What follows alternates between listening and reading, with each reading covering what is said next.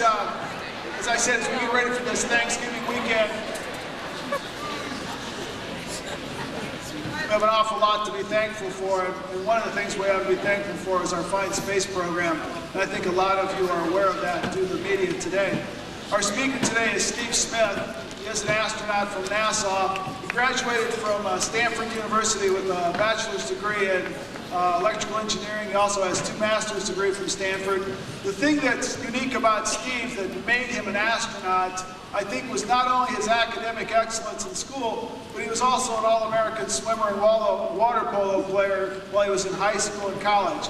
So what he's here to talk to you about today is that combination of being an outstanding student and outstanding athlete. Although he did tell me as we came in, one of the reasons he's here today, that one of the most important decisions he made in his life is when he married that girl from Wadsworth.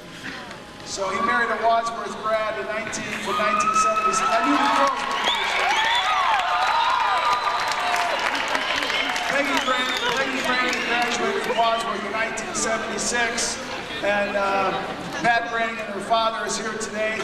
Her folks still live in Wadsworth. He's back visiting. I'll let Steve tell you what it's like to travel at, what, 17,000 miles an hour? Steve Smith, it's all yours.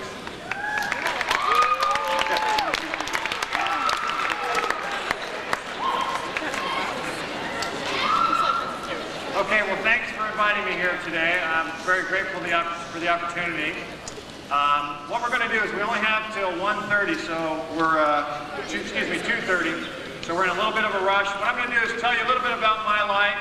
Right now, I'm going to tell you that I'm here to answer any question you have to ask. I might not answer all of them, but it doesn't matter how embarrassing the question. If you want to know what space flight is like, or my personal life is like as an astronaut, I'd be more than willing to answer those questions. First, though, let me kind of give you a brief on what my life is like, as much as I can think you're interested, as well as the flight I was on. We have a 16-minute film.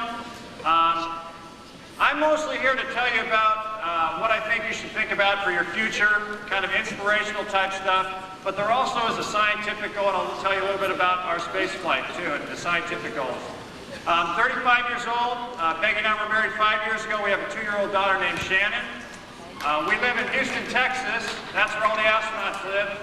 Some people think we live in Florida. That's actually where the space launches occur. So we travel to Florida to launch. Our flight took off on September 30th for 11 days. We traveled 4.7 million miles. We're traveling 17,000 miles an hour, so it's really a fun ride going Mach 25.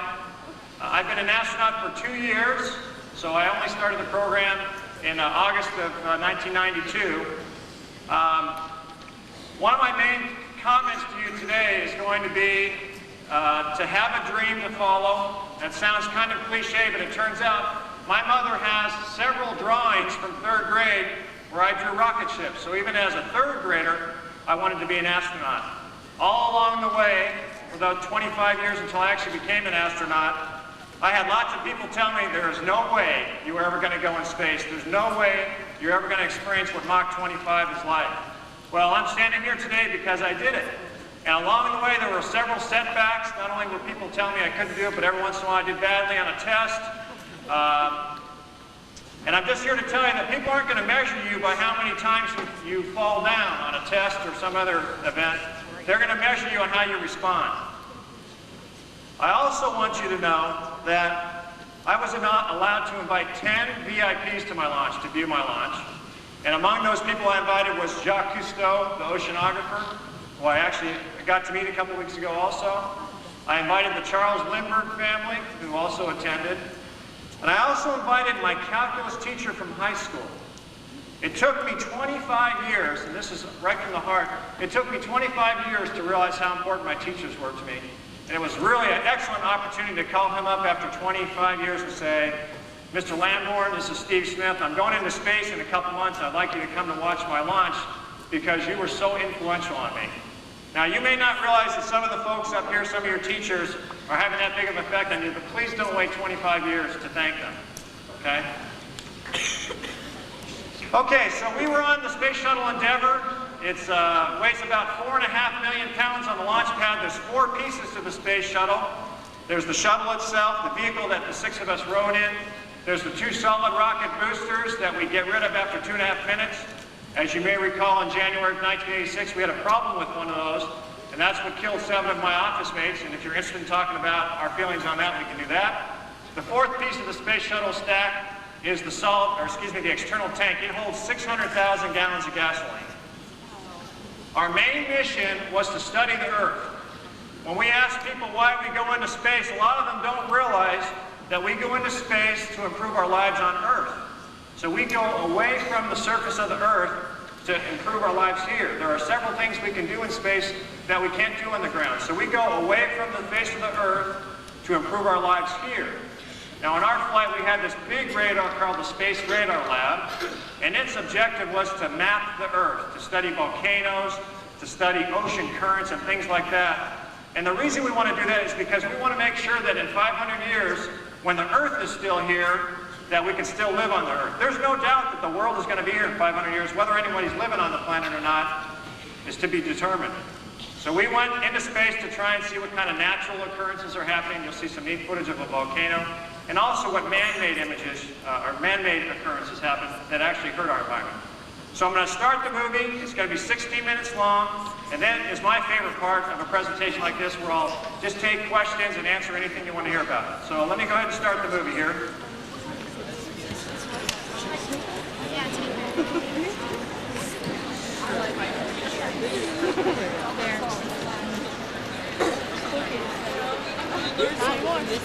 Okay, when your parents pay their tax dollars, some of those come to NASA, and I'm an employee of NASA, so I work for all of you and your families. This is the space shuttle launch pad at 3 a.m. We launched just after 6 a.m. There's a traditional breakfast. You'll see there were 6 of us on the flight. I was one of the 2 rookies and also the youngest person on the flight. I'm 35. We're getting suited up into these orange spacesuits. These help us if we have to jump out of the shuttle. So they have oxygen in them, they have a parachute, they have a life raft. These were used only after the Challenger accident. It turns out that the Challenger astronauts did not have this kind of life support. So one of the positive things that came out of that unfortunate incident is an improvement in the way we fly in space now. So we wear these orange suits, these pumpkin suits. This is about 4 o'clock in the morning, about 2.5 hours before launch. It's kind of a traditional walkout to this Astrovan. At this point, I was not nervous at all. Not at all. 6 seconds before launch, the 3 Rocketdyne engines start up. We're using 1,000 gallons of gasoline a second. 1,000 gallons of gasoline a second. And we're out of town there very quickly. You're going 100 miles per hour in about 2 seconds. You're going from 0 miles per hour on the ground to Mach 25 in 8.5 minutes. It's the ride of your life. It's everything you have ever heard it is. We actually are pressed into our seats to experience 3 times gravity. So I weighed about 550 pounds going uphill. It's as if 3 people are sitting on your chest. It's very difficult to breathe. It's very difficult to talk, but you do the best you can. Here we are going through a cloud layer. A spectacular flight. Again, no nervousness at all. We were so well trained, we were so concentrating that we were not nervous at all. 2.5 minutes into flight, we get rid of the SRBs, the solid rocket boosters. You see them come off the shuttle there. They parachute back into the ocean. Someone goes out on a couple boats and retrieves those. 8.5 minutes, the engines shut off. You're 120 miles in the air. You get rid of this gas tank that had the 600,000 gallons of gasoline in it. Once on orbit, it was my job to open up the back of the space shuttle. It's kind of like the back of a pickup truck, except it's 60 feet long. And inside was this Space Radar Lab, this thing right here on the left side. This pointer isn't working too well. On the left side here, that's the radar that was used to study the Earth. The device in the foreground was measuring air pollution at the same time. So again, our job was to study the Earth. Now, as I show you these pictures in the cockpit, don't just concentrate on the person. Look around. You might see there's his family picture in the back. You'll see little blue squares of Velcro. Remember, living in space, you need to Velcro everything down or it'll float away. This is Tom Jones, a former CIA agent and B-52 bomber pilot who's now a doctor in planetary physics. He was taking some pictures out the window. This is Dr. Jeff Weishoff, a laser physicist from Virginia, University of Virginia. He also attended Stanford. He's putting one of the tapes in that we recorded the information on. We recorded 60 trillion bits of information. If you were to put those on floppy disks, the floppy disk would stack up 15 miles high, so we took a lot of information. During the flight, one of the 200-pound recorders that we had on board broke. Jeff and I replaced that in about an hour and a half. And as you can see, handling 200 pounds in space is very easy to do. This is an A6 Bombardier Navigator, Dan Bursch from Vestal, New York.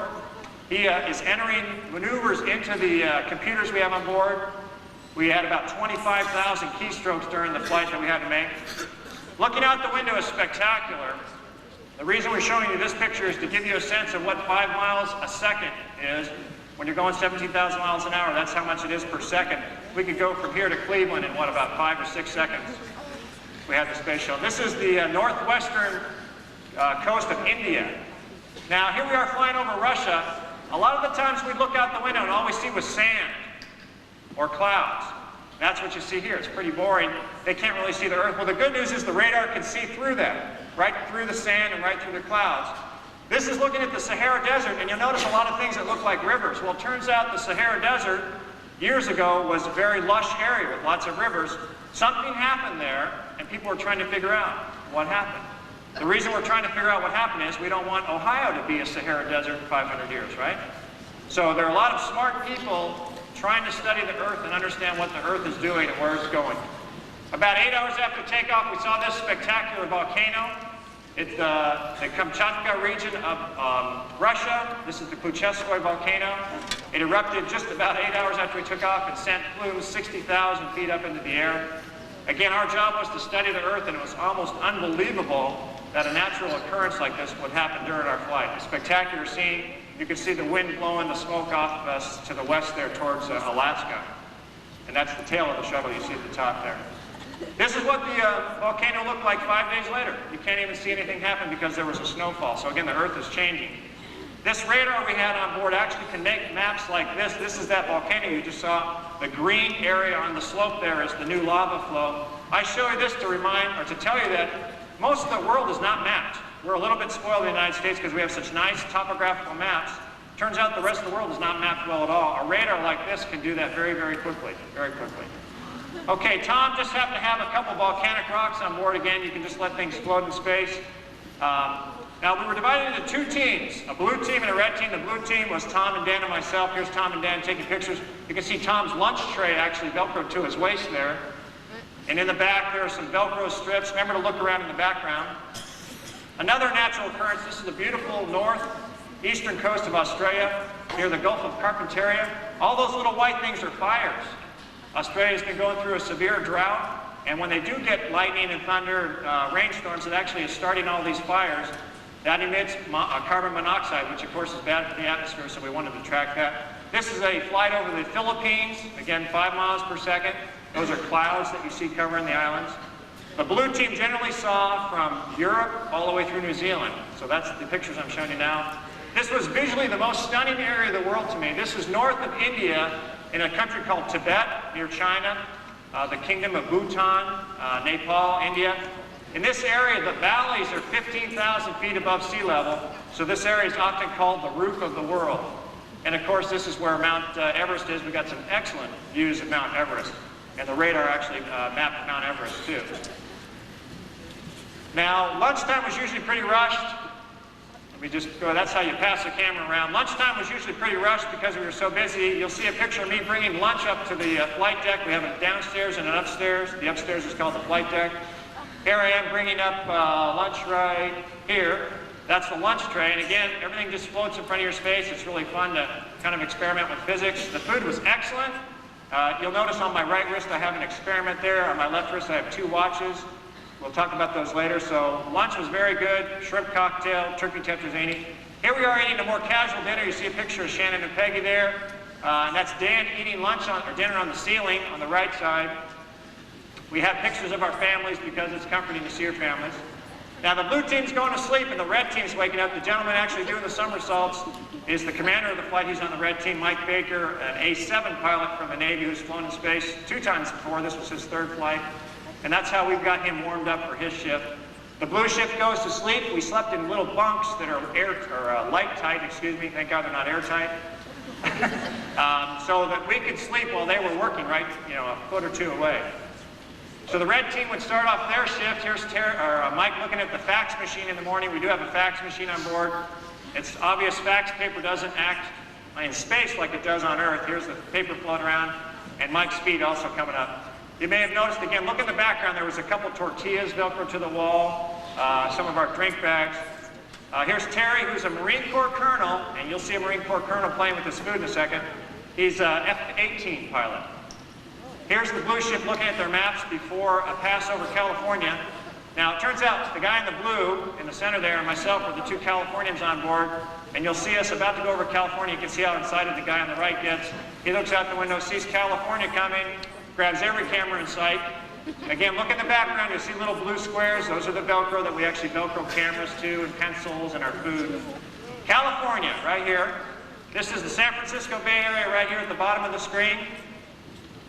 Right here.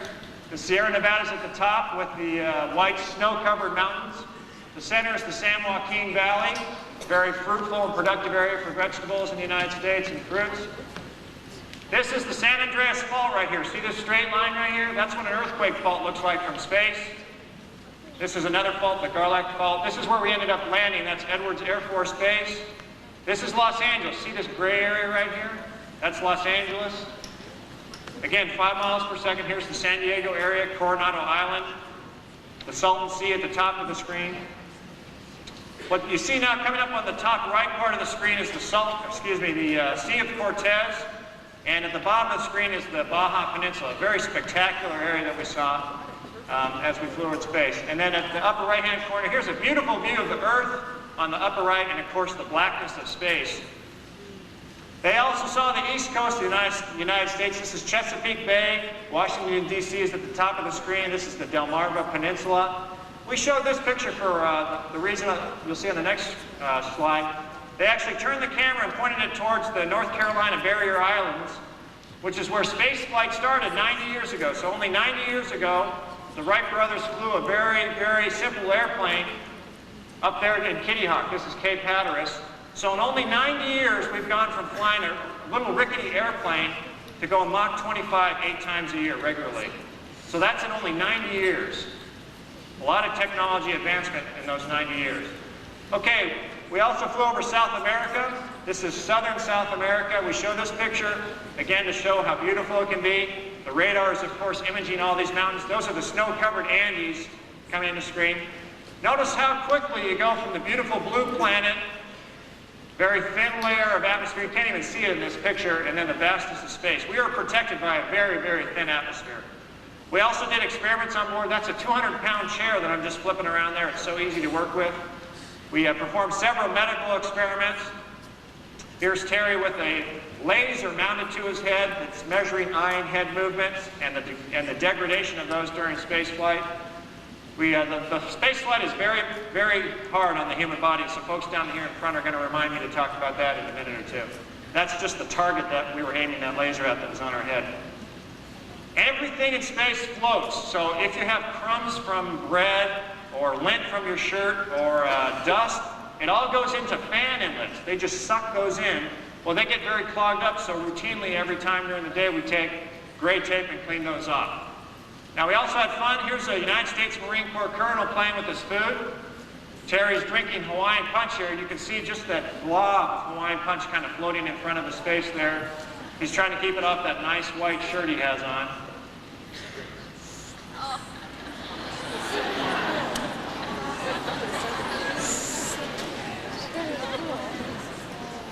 We also have to exercise in space. However, the man on the left is the only one getting any exercise here. He's riding a bicycle. The guy on the right is basically in midair, not doing anything, just moving his legs. Here's Jeff. Notice the tortilla in the back. Jeff with a space shuttle model and a Star Trek Enterprise model showing kids basically how those things fly in space. Okay. One of the things you're about to see is what it looks like on the space shuttle when we burn one of our engines on orbit. We burned them 14 or 15 times just to adjust our attitude, which is the orientation of the space shuttle. And what you're going to see is you're going to see the man on the left, with his left hand, he's going to actually fire one of the engines using translational hand control, it's called. Then the film will go to the downstairs, and you'll see 3 of us downstairs during that burn of one of the Endeavor's engines. And it'll look like we're moving, but we're not. The spacecraft is moving. So watch what it looks like. Remember, the spacecraft is moving around us. Here he goes. He's about to pull on it now.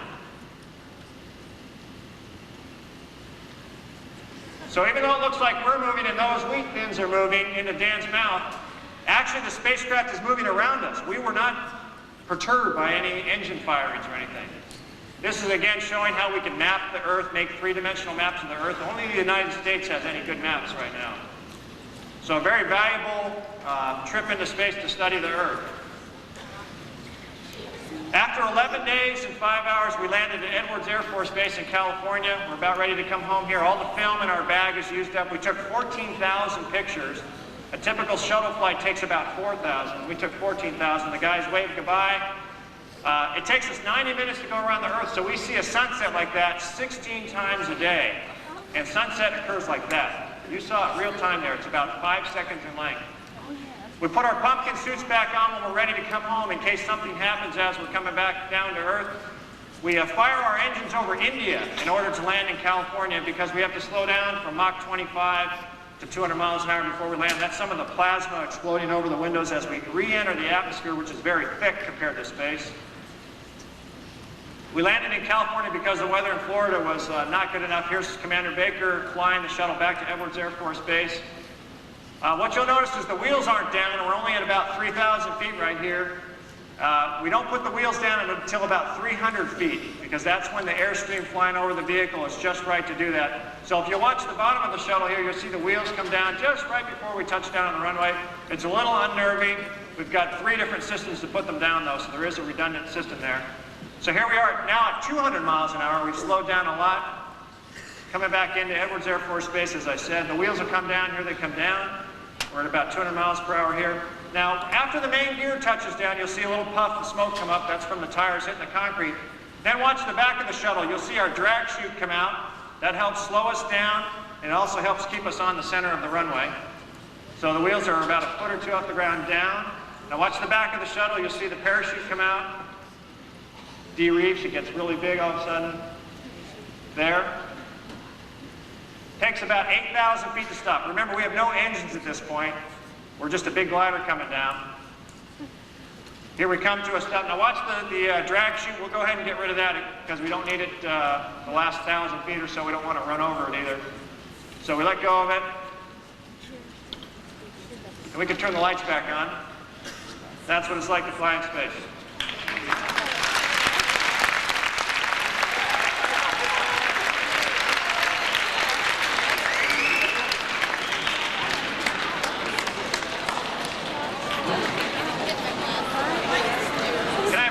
Justin, come up here.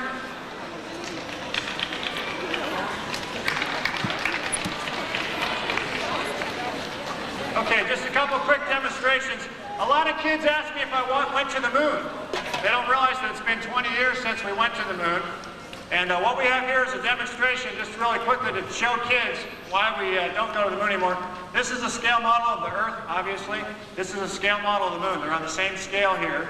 It's 25,000 miles to go around the Earth. And here's the moon, and I'd like you two to stand as far apart as you think they are.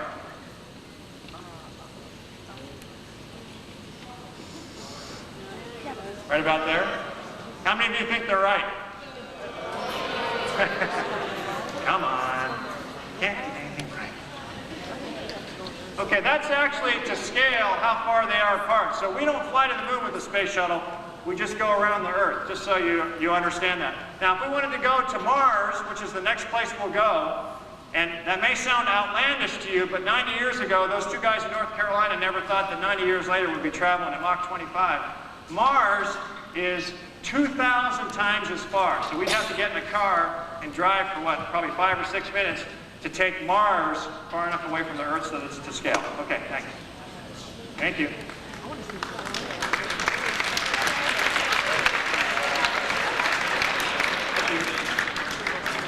Okay, we need Ryan up here. Okay, I was one of the 2 guys on board that was ready to do a spacewalk if one was required. See this yellow? Put your hands to it.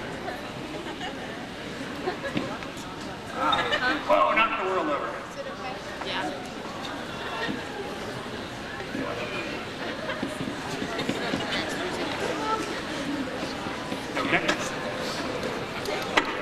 Okay, so we wear these spacesuits And they're not too easy to work in because they're bulky.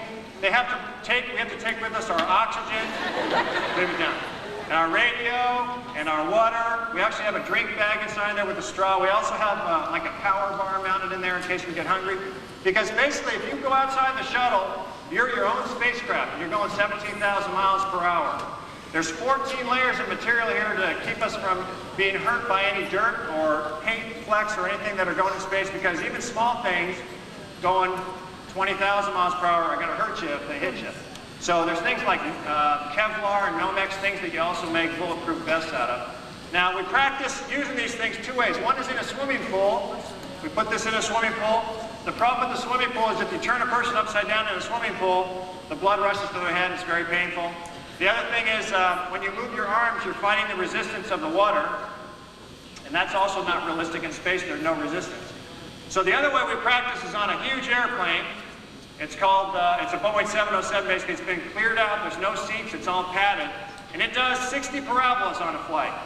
And as it goes up over the top, you come off the floor of the spacecraft and you experience zero gravity. And you can practice using this spacesuit. We also practice that airplane eating and using tools and running experiments. Now, can you think of what's wrong with that airplane? Well, the nickname of the airplane is called the Vomit Comet. And that's because doing parabolas like that often makes you feel very sick. And unfortunately, if you get sick on the first one or two parabolas, you ain't coming home till the 60th. So they have medications on board, etc. So we would work in this suit. The plan is for 6 hours. We've actually worked for it in 7 hours. It's absolutely exhausting to work in, but it's also a lot of fun. So I hope someday to actually walk in space. You okay? How about a hand for Ryan?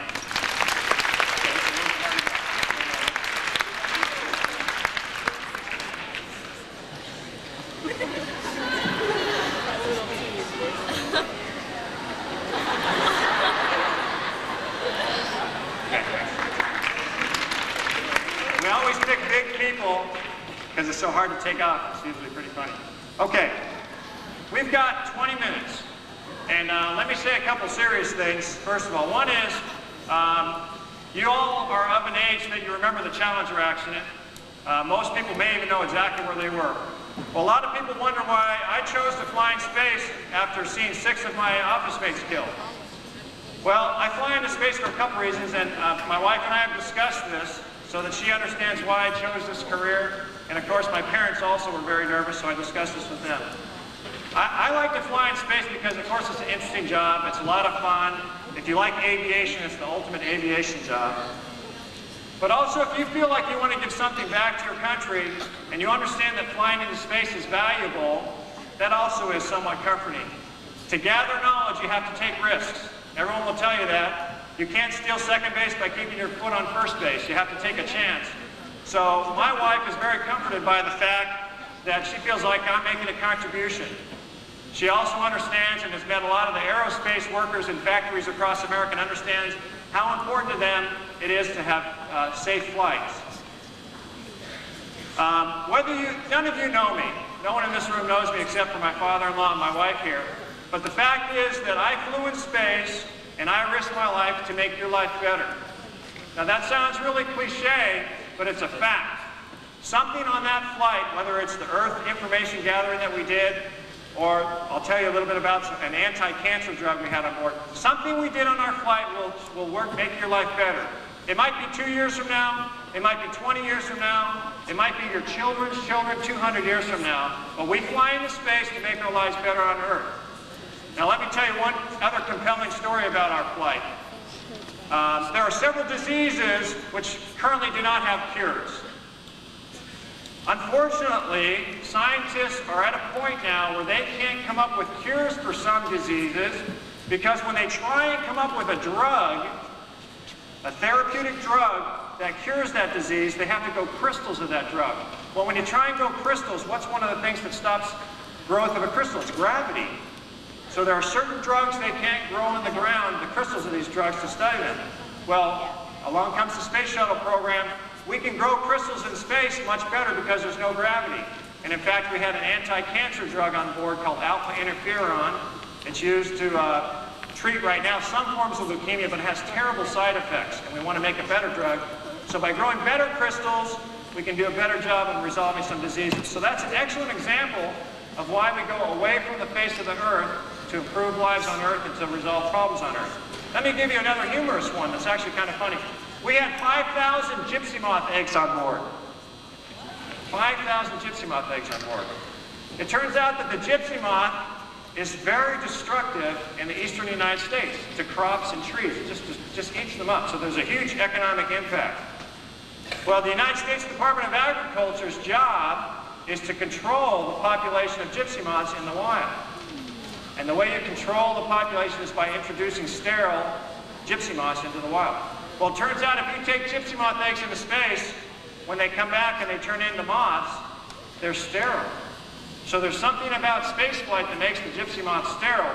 What the USDA will do is they'll take these sterile moths and try and figure out exactly what the mechanism is in those moths to make them sterile. Then they'll reproduce that process on the ground and produce these sterile gypsy moths. So who would have ever, when you think of NASA, you don't think of gypsy moths and saving the forests of the East. You don't think of us helping cancer or leukemia patients. Maybe someday coming up with a cure for AIDS. But that's why we fly in space.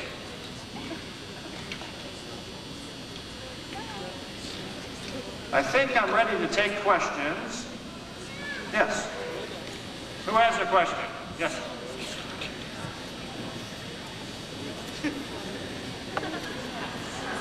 Okay, the question was, what are the requirements to become an astronaut? You have to have a technical degree from a college, as well as 5 years work experience if you want to be an engineer like myself, a mission specialist. However, the requirements usually are far exceeded that. Usually people have a doctorate or a couple master's degrees, as well as 10 years of work experience. The pilots of the space shuttle had to be Top Gun type pilots who graduated from test pilot school. Oh. You didn't even beat the 8th graders. The second question was, how do you go to the bathroom in space? And I talked to 1,200 8th graders yesterday, and their second question was, how do you go to the bathroom in space? And believe it or not, the 1st through 4th graders who I spoke to this morning never even asked that question. But the answer is you go very carefully, first of all. And, you know, gravity is what helps the waste go from your body into the toilet. Well, we don't have gravity in space. So we use vacuum.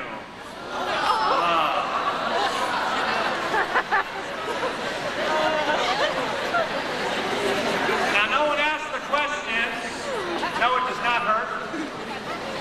Someone asked the question, if you have one of these spacesuits on for 8 or 9 hours, how do you go to the bathroom in that thing? You can't take it off and go to the bathroom. So I'm a 35-year-old person in front of you who has worn a diaper many times in the last year. So we wear diapers, adult diapers. So the moral of that story is plan ahead. Yes, ma'am.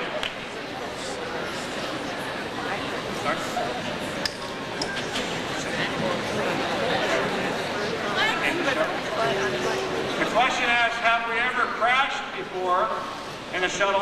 Landing is actually pretty dangerous. It doesn't look dangerous, but no, we've never had any kind of an incident on the runway or anything like that. Other questions? Yes.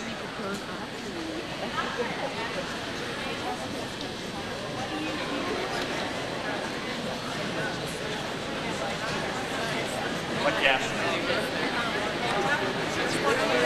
Oh, okay.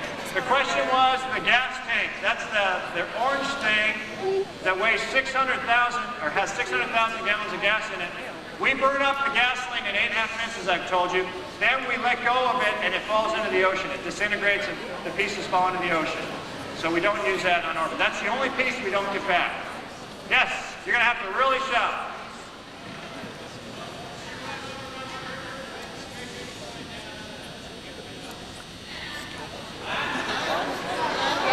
Okay. The question was, why in our case, just a second. Okay, let's be courteous to the people who are really interested. Okay, the reason the space shuttle is upside down on our flight is we had that radar in the back of the shuttle, and the radar we had to point at the Earth.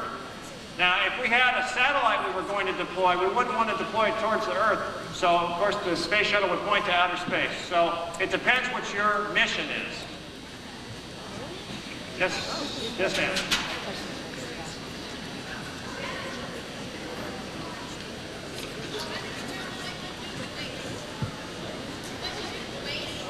What do you do with it? Oh, the question was, what do you do with waste when you're done? We bring it all back with us. Everything's packed into compartments, and we come back and do something with it then. Yes, ma'am. Okay, the question was, how much do I get paid? My salary is based on how much education I have and how many years I've worked in the industry. I have 3 college degrees, and I've worked for about 12 years, so that's what my salary is based on. It has nothing to do with the fact I'm an astronaut. Engineers who have the same experience and education also get paid. I get paid about $55,000 a year. We get no risk pay or anything like that to fly in space. Yes? Was it cool or cold? Cold? Well, as we travel around the Earth, if we use the potato as a space shuttle, and let's say you are the sun, as we travel on this side of the Earth, the surfaces of the space shuttle are about plus 200 degrees F, but inside the shuttle is about 75 degrees. We have a nice cooling system. As we're on the dark side for 45 minutes, the surfaces on the outside of the shuttle are minus 200 degrees. So this vehicle is plus 200, minus 200, plus 200, minus 200. But inside it always is maintained, just like at home with the thermostat. We have a thermostat, and it was about 75, 76 degrees. You're really going to have to shout. Yes? Oh my God! What kind of metal? What kind of metal is the space shuttle made out of? Most of it's like a regular airplane, it's aluminum, but when we come back into the atmosphere,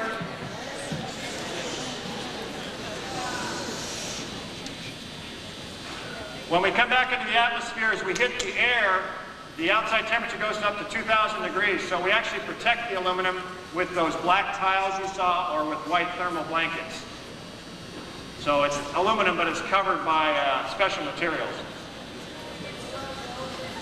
Do I believe in UFOs? We have never seen a UFO. We're asked that at every location we go to. No one has ever reported one. Now, let me ask you guys a couple questions.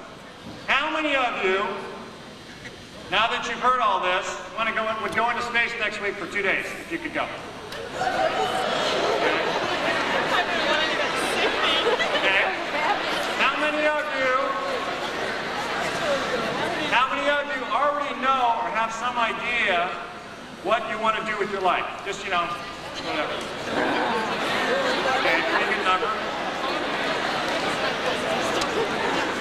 How many of you, after you graduate from Wadsworth High School, plan to get some more education either at a junior college or a trade school or a special service industry? That's great. Good. Okay, let's be 8 more minutes of listening if you could. Just 1 second. Well, I'm glad most of you raised your hands because I'm here to tell you I sat in bleachers just like these 25 years ago, and someone told me, make sure you get a lot of education, get as much as you can, it's your most valuable asset. Well, guess what? It is. And if you are not planning to do something after school, not trying to get more trained of some type, I'd ask you to maybe reconsider that and think about trying to get some more skills, some more education, even if you're working at the same time, because there's no other asset as valuable as an education. Okay, I'll take a couple more questions, then I'll make some closing comments. Okay, he's got a crowd up there. Hold on. The space shuttle is 120 feet long and 80 feet high, so it would probably be from here to that wall and probably go about 3/4 of the way to the ceiling. It's about the size of a DC-9 aircraft. Yes. Okay, the question was I scared? Let me tell you about what happened on August 18th, the first time we tried to launch. You may have seen this in the newspaper. We were on the launch pad, and the 3 engines started up, and the computers decided that one of those engines was not good enough. So we had 1 million pounds of thrust, 3 engines running, 1,000 gallons of gas a second running, And 1.9 seconds before launch, the shuttle is shaking like crazy, and we're ready to go, and the engine shut down. And these big sprinklers came on and started spraying for any fires and stuff. And so someone asked me a couple weeks ago, was I afraid at that point, or was I afraid on the normal launch? And it's really, really nice to stand here and say no. I had always heard that you wouldn't be scared because you had trained so hard, you were so well prepared, and you were so focused. But the absolute truth is I was never scared. Now, after the launch pad abort, we immediately threw our helmets down, or threw the visors down, make sure we were on O2, oxygen, took off our parachutes. You don't need your parachute if you're going to get out on the launch pad. Threw our knee boards off, threw every wire that we could get out of the way off as soon as we could, within 10 or 15 seconds. And after about 2.5 minutes, I was sitting there, most of the switches had been thrown. I thought to myself, this is really serious. This is really serious. There's 600,000 gallons of gas 2 feet away from my feet. But, of course, we got out just fine. Say it again. Okay, the question was, can being out in space be dangerous to your body? And the answer is yes and no. We wear a dosimeter the whole flight. So throughout our careers as astronauts, they monitor the level of radiation we're exposed to. As you go away from the face of the Earth, the protective atmosphere that usually protects you from radiation gets thinner and thinner. So around the Earth, the radiation level is not that bad.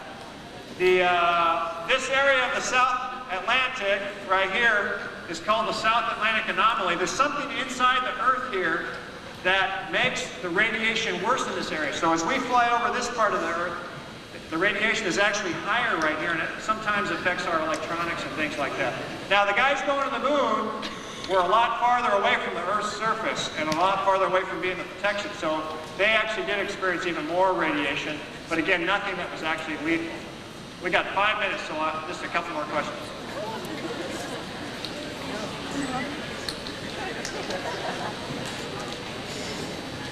Yeah, the food we take on board is very good. It's in a couple forms.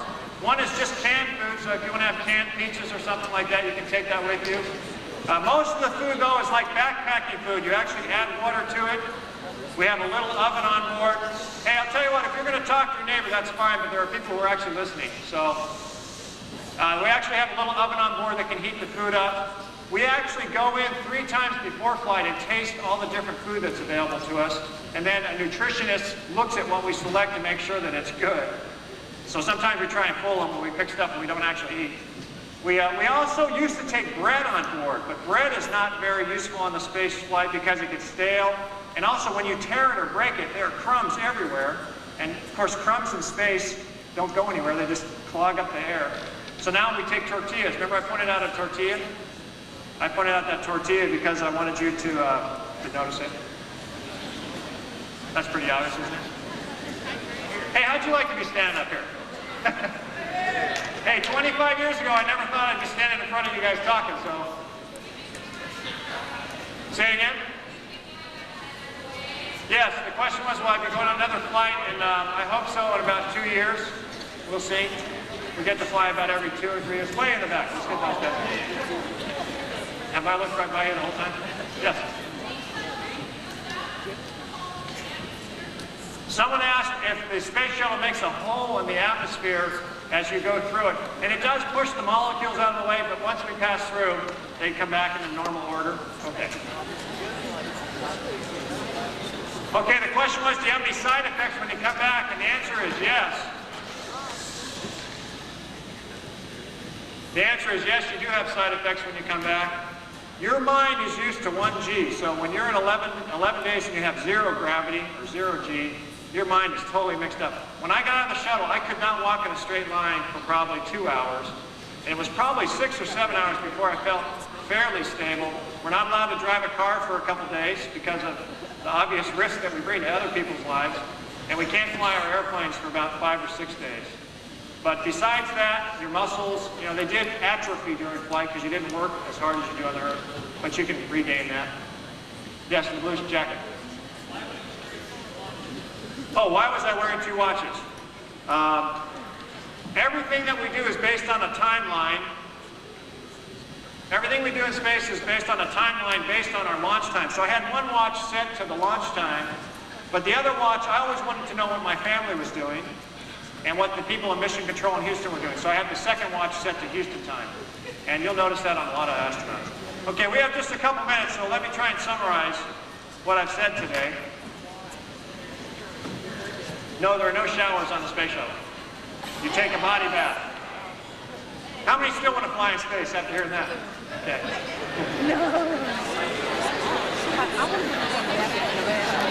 Okay, if you've been sitting in here for 45 minutes and been listening, you've probably heard this.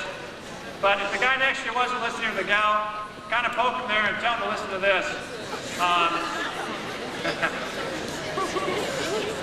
I hope you view me as a friend's a little bit of an exaggeration, but someone who's being very honest with you. I came from a place just like this. I went to high school in San Jose, California. It looks just like this. And I heard people tell me things then that, you know, I didn't really take really deep to heart for too long, and I want you to actually try and do that a little earlier in your life. School is so important, and your education is so important, and you know, you think, gosh, I've heard this from my teachers and my parents, but I'm here to tell you that if there's one thing I did right to get where I got, and I'll tell you what, I have the best job in the world. I have the absolute best job in the world, is I studied really hard and I did well in school. And you know, I told the 8th graders the other day, there were times when I sat in these bleachers just like this, and some folks would walk by and I would feel kind of like, you know, like a nerd's not the right word, but you know, oh God, I'm the type that studies hard. But I also got up at 5 a.m. and swam my butt off every day and played basketball and water polo. I got a free ride to Stanford University because of all that. And even though I was embarrassed by that, I had my 15-year high school reunion 2 years ago. And man, it'll be 15 years like this. You'll be at your 15-year reunion before you know it. And when I looked around at the people in that room, and I thought back about what those people were like 15 years ago, the folks who weren't studying hard, the folks who were kind of messing around and getting down certain paths that weren't very desirable, were the ones who didn't have the really good jobs. And the people that were working hard in high school, and yeah, it took some abuse for doing that, were the folks with the really good jobs. They were the ones with the really good jobs. So if you remember anything from what I've said today, it's education is number one. The people up there are trying really hard to give that to you, and don't wait 25 years to thank them.